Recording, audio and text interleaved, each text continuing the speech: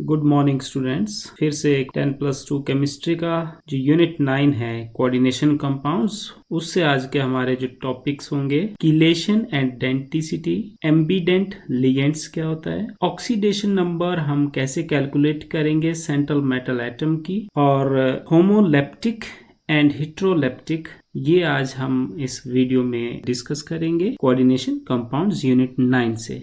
शुरू करते हैं फर्स्ट इसमें कीलेशन एंड डेंटिसिटी को। कीलेशन एंड डेंटिसिटी अंडरस्टैंड करने से पहले आप क्या करेंगे, जो पिछला वीडियो है या आपको नॉलेज अगर है ऑलरेडी कि लिगेंड्स क्या होते हैं और उनके टाइप्स क्या होते हैं, डिफरेंट टाइप्स के जो लिगेंड्स हैं उनका नॉलेज हमें होना चाहिए, तभी हम इसको समझ सकते हैं कीलेशन एंड डेंटिसिटी को। तो चलिए इसकी डेफिनेशन पहले हम लिखते हैं, उसके बाद आपको समझाते हैं। व्हेन ए डाइडेंटेट और ए पोलीडेंटेट ligand uses its two or more donor atoms to bind to the same central atom or ion forming a ring structure, then we call it chelation. It is called chelation. अब देखो यहाँ type of ligands आया, डाइडेंटेट या फिर पोलीडेंटेट, मतलब monodentate ligand इसमें काम नहीं करेगा। 2 और मोर देन 2, ये जो लिखा है यहाँ पे 2 और मोर देन 2 डोनर एटम्स होने चाहिए उसके पास, तो ही कीलेशन होगा।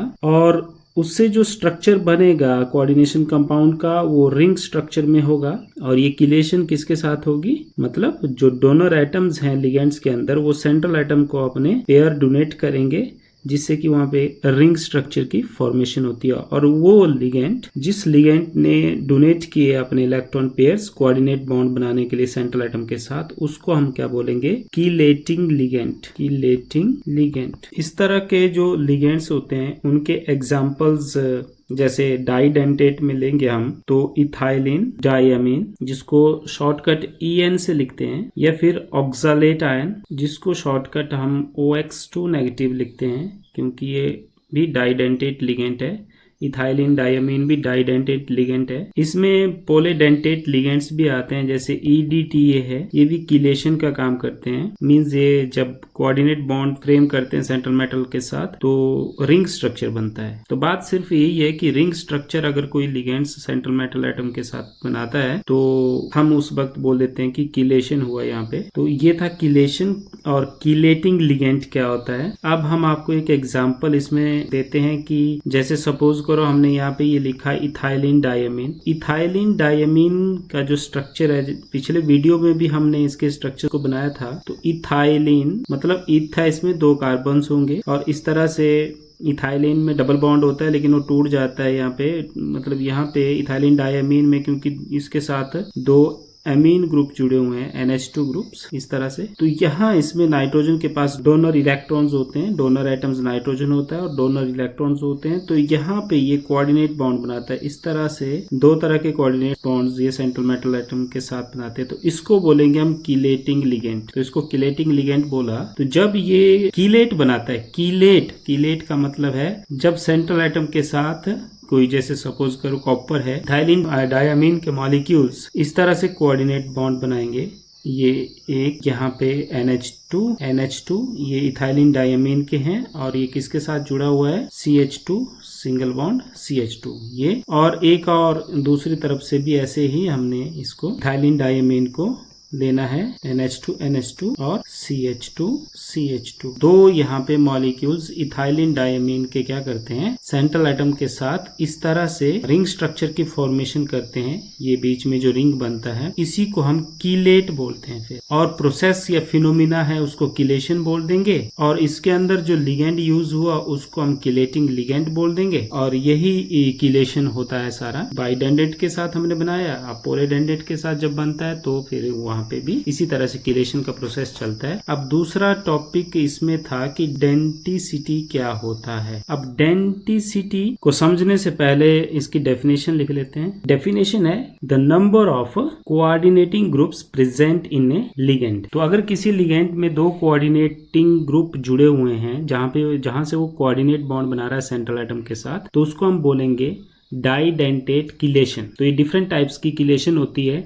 अगर 2 कोऑर्डिनेटिंग ग्रुप्स हैं, ये वाले 2 है तो बोलेंगे डाइडेंटेट कीलेशन। तो डेंटिसिटी 2 हुई। अगर 3 कोऑर्डिनेटिंग ग्रुप हैं तो उसके लिए हम बोलेंगे टरडेंटेट कीलेशन, और 4 के लिए हम बोलेंगे टेट्राडेंटेट कीलेशन। तो इस तरह से मतलब कितने कोऑर्डिनेटिंग ग्रुप्स प्रेजेंट है लिगेंड के अंदर जो इस तरह से कीलेशन में पार्टिसिपेट कर रहे हैं, मतलब रिंग स्ट्रक्चर की फॉर्मेशन कर रहे हैं सेंट्रल एटम के साथ, तो उसको हम बोलते हैं फिर ये डिफरेंट टाइप्स की कीलेशन, डाइडेंटेट, टरडेंटेट, टेट्राडेंटेट, इसी तरह से आगे। और डेंटिसिटी क्या हुआ? Number of coordinating groups present in A ligand जो कीलेशन कर रहे हैं स्पेशली। इसके नेक्स्ट ये था कीलेशन एंड डेंटिसिटी। अब आगे करते हैं एम्बीडेंट लिगेंड्स क्या होते हैं, इसका दूसरा टॉपिक। एम्बीडेंट लिगेंड्स क्या होते हैं, इसकी डेफिनेशन पहले देते हैं हम। The monodentate ligands which can coordinate with the central atom through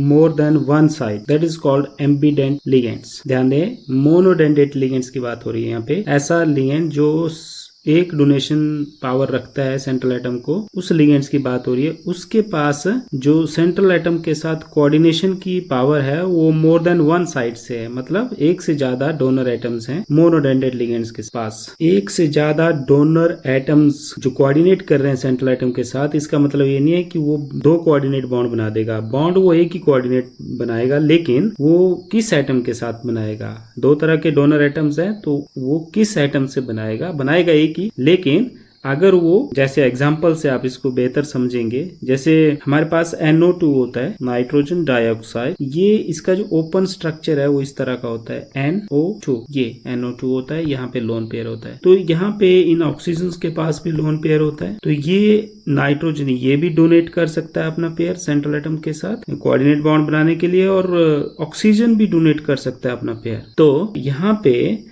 अगर नाइट्रोजन से कोऑर्डिनेट बॉन्ड बनता है मेटल के साथ, जैसे सपोज करो ये मेटल है, तो ये अगर नाइट्रोजन अपना पेयर डोनेट कर रहा है तो यहाँ पे Mn का कोऑर्डिनेट बॉन्ड बनेगा, जिसको हम बोलते हैं यहाँ पे नाइट्राइटो, क्योंकि नाइट्राइटो ये हम नॉमेनक्लेचर में लेंगे इसको, नाइट्राइटो N की N से जुड़ा है तो हम बोल देंगे नाइट्राइटो N यहाँ पे। और अगर ये O से जुड़ा है, जैसे सपोज करो यहाँ से मेटल के साथ ये वाला ऑक्सीजन कोऑर्डिनेट बॉन्ड बना रहा है, तो हम इसको बोलेंगे नाइट्राइटो O। तो यहाँ पे हम लिखेंगे नाइट्राइटो O। तो ये NO2 एक एम्बीडेंट लिगेंड हुआ, क्योंकि इसके पास नाइट्रोजन जो इसके अंदर एटम है ग्रुप के अंदर, वहां से भी कोऑर्डिनेट बॉन्ड बना सकता है, और जो ऑक्सीजन है वहां से भी कोऑर्डिनेट बॉन्ड बना सकता है। और भी है, जैसे साइनाइड है, ये वाला जो लिगेंड है ये भी 2 तरह से कोऑर्डिनेट बॉन्ड बना सकता है। C से भी ये कोऑर्डिनेट बॉन्ड बना देता है मेटल के साथ। अगर कार्बन इस अपना पेयर डोनेट करता है सेंट्रल मेटल एटम को कोऑर्डिनेट बॉन्ड बनाने के लिए, तो हम इसको बोलते हैं साइनाइड। और अगर नाइट्रोजन, इसमें जो नाइट्रोजन है उसके पास भी पेयर होता है, अगर वहां से मेटल के साथ कोऑर्डिनेट बॉन्ड बन रहा है, उस वक्त हम बोलेंगे इसको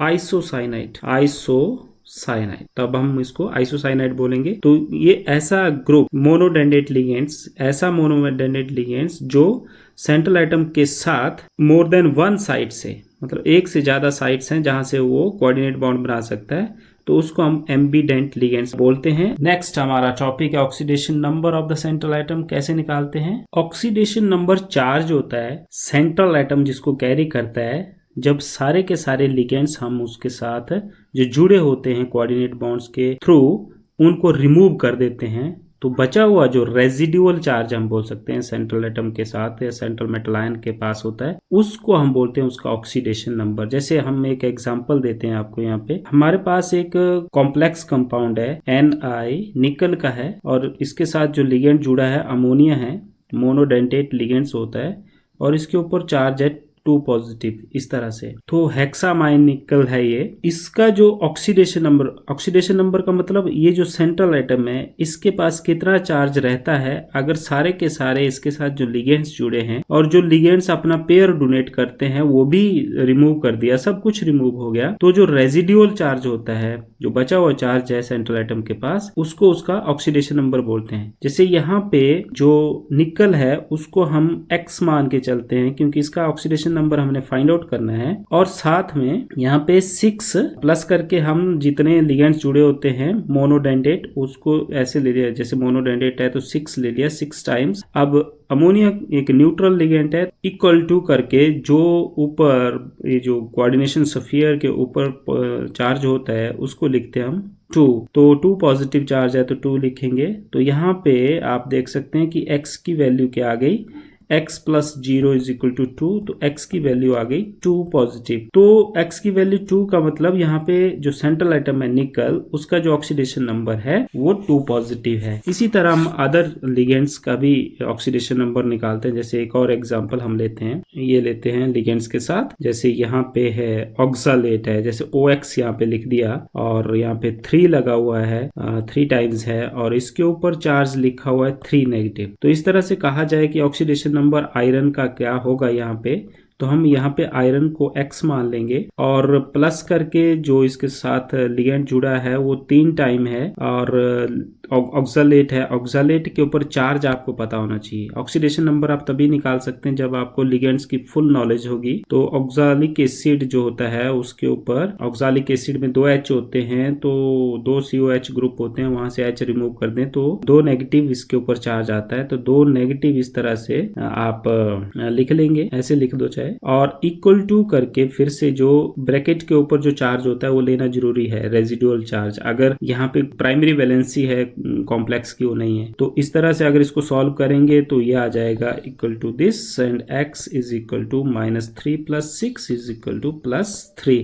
तो इसलिए यहाँ पे आयरन का जो ऑक्सीडेशन नंबर है वो +3 आ गया। तो इसी तरह से अदर कॉम्प्लेक्सेस का भी हम ऑक्सीडेशन नंबर फाइंड आउट करते हैं। बस आपको लिगेंड्स और उनके ऊपर जो भी चार्ज है वो पॉजिटिव चार्ज है, न्यूट्रल है लिगेंड, कोई चार्ज नहीं है, या फिर वो नेगेटिवली चार्ज्ड लिगेंड है, उनका नॉलेज होगा तभी आप ऑक्सीडेशन नंबर निकाल सकते हो। इस तरह से ऑक्सीडेशन नंबर क्या हुआ, ये चार्ज है जो सेंट्रल एटम कैरी करता है जब सारे के सारे लिगेंड्स हम उस सेंट्रल मेटल से हटा देते हैं, और जितने भी इलेक्ट्रॉन पेयर्स वो शेयर किए हुए सेंट्रल एटम्स के साथ उनको भी रिमूव कर देते हैं। जो भी चार्ज सेंट्रल एटम के पास रहता है उसको हम ऑक्सीडेशन नंबर बोलते हैं, या ऑक्सीडेशन स्टेट बोलते हैं सेंट्रल मेटल एटम की। लास्ट टॉपिक को लेते हैं। लास्ट टॉपिक है कि होमोलेप्टिक एंड हीट्रोलेप्टिक कॉम्प्लेक्सेस क्या होते हैं। इसको तो हम यही समझ लेते हैं। होमोलेप्टिक, होमो मतलब सेम टाइप्स के, तो ये ज़्यादा टफ नहीं है, और हीट्रो मतलब डिफरेंट टाइप्स के लिगेंड्स। तो ये सिंपल डोनर एटम्स जो सेंट्रल एटम के साथ कोऑर्डिनेट बॉन्ड बनाते हैं। जैसे एग्जांपल लेते हैं हम, यहाँ पे एक कॉम्प्लेक्स ले लिया हमने कोबाल्ट का, और इसके साथ इस तरह से 6 अमोनिया जुड़े हुए हैं, 3 पॉजिटिव, ये एक कॉम्प्लेक्स है। इस कॉम्प्लेक्स में मोनोडेंटेट लिगेंड जुड़ा हुआ है और एक ही टाइप का लिगेंड है, सारे के सारे न्यूट्रल अमोनिया लिगेंड्स जुड़े हुए हैं, तो इसको हमने होमोलेप्टिक बोला। तो डेफिनेशन क्या हुई कि ऐसा कॉम्प्लेक्स जिसमें मेटल जो है वो 1 काइंड ऑफ डोनर ग्रुप्स के साथ बॉन्डेड है। सेंट्रल एटम मतलब यहाँ पे कोबाल्ट है, कोबाल्ट सिर्फ एक ही तरह के डोनर एटम्स के साथ या डोनर ग्रुप्स के साथ जुड़ा है, तो इसको होमोलेप्टिक बोल देंगे कॉम्प्लेक्स। और इसका और एग्जाम्पल अगर लेना है तो और भी बहुत सारे एग्जाम्पल है, जैसे आयरन का ले लेते हैं हम, ये वाला। तो ये जो कॉम्प्लेक्स है पोटासियम फेरोसाइनाइड आयन है, ये मतलब पोटासियम यहाँ से रिमूव कर दिया है तो फेरोसाइनाइड आयन ही बोलेंगे इसको।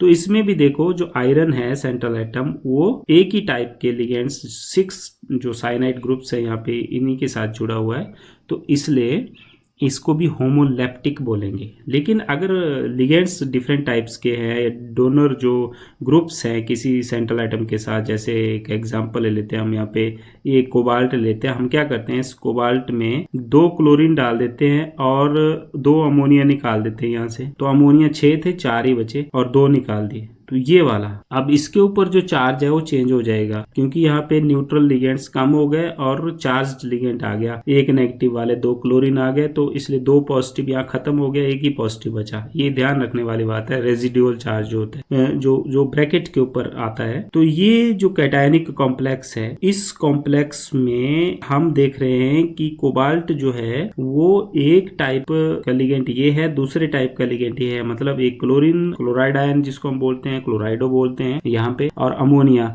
ये दो डिफरेंट टाइप्स के डोनर ग्रुप्स यहाँ पे जुड़े हुए हैं सेंट्रल एटम के साथ, जो बॉन्ड बनाते हैं कोऑर्डिनेट बॉन्ड, तो इसलिए इसको हमने बोलता है हेट्रोलेप्टिक कॉम्प्लेक्सेस। तो ऐसे कॉम्प्लेक्सेस जिनमें सेंट्रल एटम जो है मोर than one kind of donor groups के साथ जुड़ा होता है। जैसे और एग्जांपल इसके बहुत सारे होते हैं, एक निकल ले लेते हैं हम, सेंट्रल एटम उसके साथ क्लोरीन जोड़ दिए और पानी जोड़ दिया, तो यहाँ पे जो ये कॉम्प्लेक्स बना ये भी हेट्रोलेप्टिक होगा, क्योंकि इसमें भी डिफरेंट टाइप्स के लिगेंड्स हमारे पास सेंट्रल एटम के साथ बॉन्डेड है। एक क्लोरीन टाइप का है, एक वाटर है, एक्वा जिसको हम यहाँ पे बोलेंगे neutral ligand. So thanks for watching.